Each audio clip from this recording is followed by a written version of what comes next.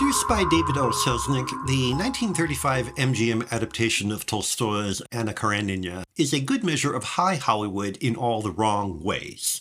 While not terrible, it is not particularly enjoyable either. Ironically, many of the things that get in the way of enjoying it would have been considered assets when it was new.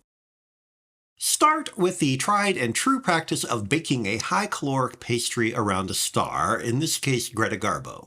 There has to be a story, so one at least moderately related to the star's persona is found. It then has to be simple enough to proceed briskly to keep one step ahead of the audience.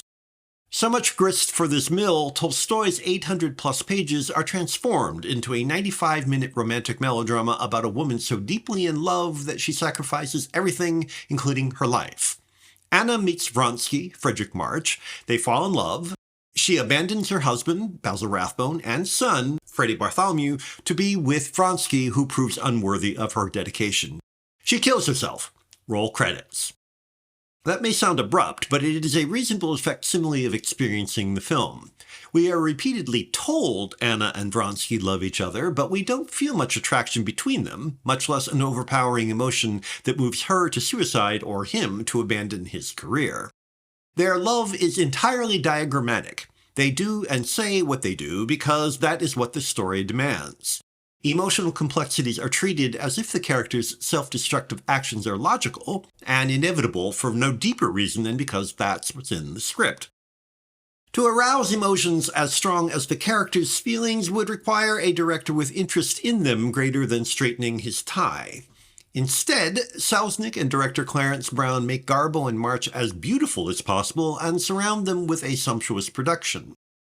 If the emotions are perfunctorily brisk, the filmmakers are happy to slow things down to flaunt their resources. The opening party sequence, for example, starting on a close-up of a mammoth punch bowl of caviar, goes on and on to little purpose. A society ball is more interesting for the palatial architecture than the people. A train station is built at full scale with scores of costume extras. When two minor characters are married, the movie pauses to depict the rituals of Russian Orthodox matrimony, and so on. Such A-budget ostentation, reminiscent of that most bloated of Hollywood melodramas, Selznick's Gone with the Wind, extends even to the credits, with a conspicuous count placed before Tolstoy's name. Yet, for all the de rigueur emphasis on the story, the film registers most forcefully as expensive status-mongering. To be sure, only Hollywood could have recreated late Imperial Russia with such fussy totality. It is also true, however, that only Hollywood could have made something so cheerlessly aggrandizing as Anna Karenina.